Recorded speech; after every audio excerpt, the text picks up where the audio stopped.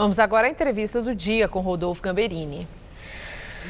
Está aqui no estúdio com a gente a Maria Gabriela Prado Mansur, que é promotora de justiça, defensora das causas de violência contra a mulher. Muito obrigado por estar aqui com a gente no Jornal da Gazeta. Eu que agradeço. Uma coisa que chama a atenção pelo absurdo nessa reportagem que nós acabamos de ver é o fato de a mulher ter que se proteger para andar no transporte público. Uma mulher que tem que mudar de roupa para andar de trem. Isso no século XXI.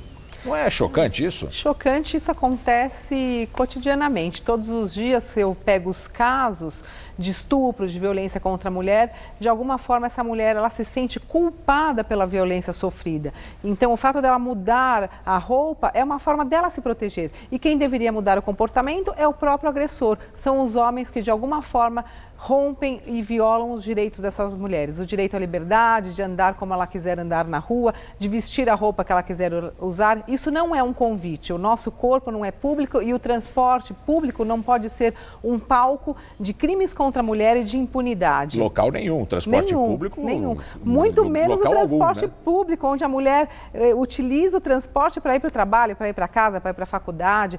E, ultimamente, esses casos têm vindo à tona. Mas vamos pensar quantos casos não chegam aos nossos conhecimentos? Ainda é pouca notificação? As mulheres reclamam, denunciam pouco casos de violência sexual? Eu acredito que sim. Existe muita vergonha, existe esse medo do julgamento social. Ah, que roupa você estava, porque você não gritou? Isso é a hora de você estar na rua? Você estava embriagada? Por que não reagiu? Né? E a culpa é da vítima. E a mulher não quer ser julgada socialmente, porque é uma segunda violência que ela sofre. E também pelo medo, essa sensação de impunidade, esse comportamento aí dos homens que de alguma forma não acreditam na fala, na voz das mulheres. Então tudo isso gera um sistema de subnotificação. Esses fatos não chegam ao sistema da justiça. A gente viu o advogado também falar que a pena para o caso de violência sexual é menor do que para difamação.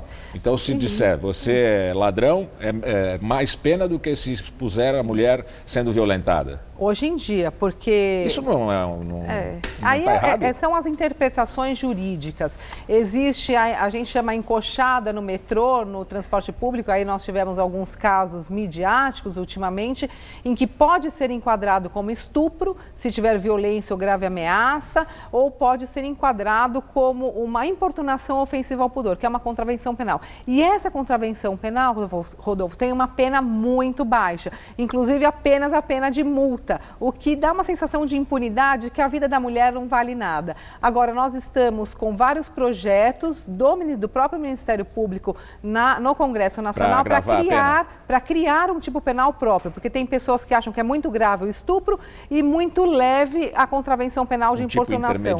Um tipo intermediário para que essas condutas tenham um tipo próprio para isso. Encoxar no metrô, no ônibus ou qualquer tipo de molestação sexual no transporte público é um crime próprio, com uma pena mais alta que de 2 a 4 anos ou de 4 a 6 anos, penas de reclusão, em que há sim a ingerência do Estado para garantir essa prevenção da violência contra a mulher. Porque a sensação de impunidade, ela é, para mim, uma motivação para a prática desses crimes. E uma loucura que tem a divulgação na internet, né? A senhora tocou na questão de casos midiáticos. Acho que a senhora estava querendo citar o caso do Nuno Cobra, que foi libertado hoje, nós demos essa notícia agora há pouco. Para nós, chocou muito o fato do Nuno Cobra ter sido denunciado como abusador sexual, porque a gente faz ideia de que o abusador sexual é um homem rude, um homem que não conhece o mundo em que vive, e parece que isso não é verdade, né? Todos os crimes de violência doméstica, eles podem ser cometidos por qualquer pessoa. Não é, aliás, o crime de violência sexual, Rodolfo, ele não é aquele crime que ocorre com a maior incidência na rua, naquele local escuro em que a vítima está andando rapidamente. Não, ele ocorre às vezes com pessoas conhecidas, do convívio familiar, do convívio social dessa pessoa. Então, qualquer pessoa pode ser um agressor de mulheres, inclusive dos crimes sexuais. E às vezes vem de pessoas que a gente menos espera. Um educador físico em que a gente tem como paradigma a disciplina, a qualidade de vida, a seriedade. E eu falo da qualidade de vida porque os transtornos causados de um abuso sexual numa mulher é muito grave. Ela fica com depressão, com síndrome do pânico, envergonhada, com baixa autoestima e muitas vezes ela demora ou quase não recupera a sua existência, a sua dignidade por conta de um abuso sexual. É muito grave. E nesse caso em que o agressor convive no ambiente da mulher, no trabalho ou na própria casa da mulher, a notificação então deve ser muito mais baixa. Sim, existe uma pressão familiar, existe também o que nós chamamos do código do silêncio, em que vai expor aquele parente, aquela pessoa que muitas vezes é hierarquicamente superior, não só no convívio familiar, mas também no convívio empregatício, no convívio social. Então existe esse preconceito, esse tabu, esse medo, essa vergonha de todas as pessoas que cercam aquela vítima, que estão em contato com aquela vítima, que muitas vezes não acreditam na fala dela ou acham que aquilo lá irá macular a família, a amizade ou o ambiente social ou o emprego em si. Além de uma legislação mais rígida para punir esses casos, o que poderia ser feito para diminuir a incidência desses abusos de mulheres? Aí eu vou fazer uma propaganda pessoal de um projeto que eu desenvolvo, que é trabalhar com o homem, com o autor da violência. É tentar desconstruir comportamentos machistas, transformar essa cultura machista que tanto pratica crimes contra a mulher. É esse tipo de pensamento que nós temos que mudar. Não é a mulher que é culpada, mas sim o homem que tem que mudar o comportamento dele. Então é o trabalho cultural. Com o agressor, eu acredito que sim. Trabalhar com o agressor, inseri-los em programas de reflexão, de reeducação, de ressocialização e responsabilização. Eles têm que saber que aquilo que eles fazem é crime, traz transtornos grandiosos para as mulheres, eles sofrem uma punição por isso e eles não podem voltar a cometer esses crimes. Hoje em dia, praticamente 65% dos homens são reincidentes nos crimes de violência contra a mulher, seja sexual, seja violência moral, seja violência física, seja violência patrimonial. 65% são reincidentes. E com esses projetos, nós conseguimos diminuir essa reincidência para 2%.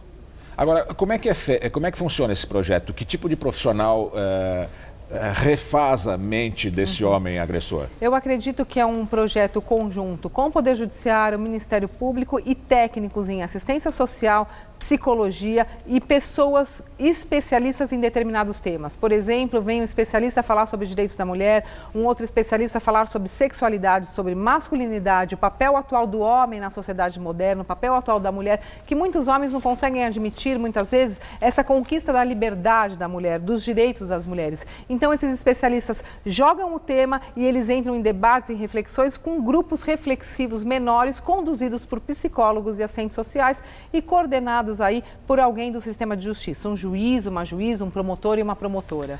A gente sempre espera que as novas gerações sejam melhores que as anteriores. Isso se nota no caso de abuso sexual? Existe mais abuso por parte de homens mais velhos ou os jovens reproduzem essa matriz de violência?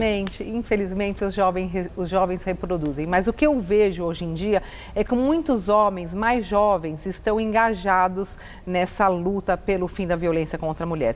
E isso é salutar e isso é digno da sociedade brasileira e digno dos direitos das mulheres. Os mais jovens, ainda mais pelo movimento agora da ONU Mulheres, do He for She, eles por elas, estão aderindo e estão unindo forças com as mulheres para a diminuição da violência contra a mulher. Então isso eu percebo, mas se eu for falar para você que a idade, a longo prazo e que a idade dos mais jovens não cometem violência sexual, cometem inclusive nas faculdades, nas universidades, nas escolas, onde eu já fiz parte de coletivos feministas. Tá bem, muito obrigado pela aula agradeço. que a senhora nos deu aqui. Imagina, é um prazer, como sempre. Obrigada.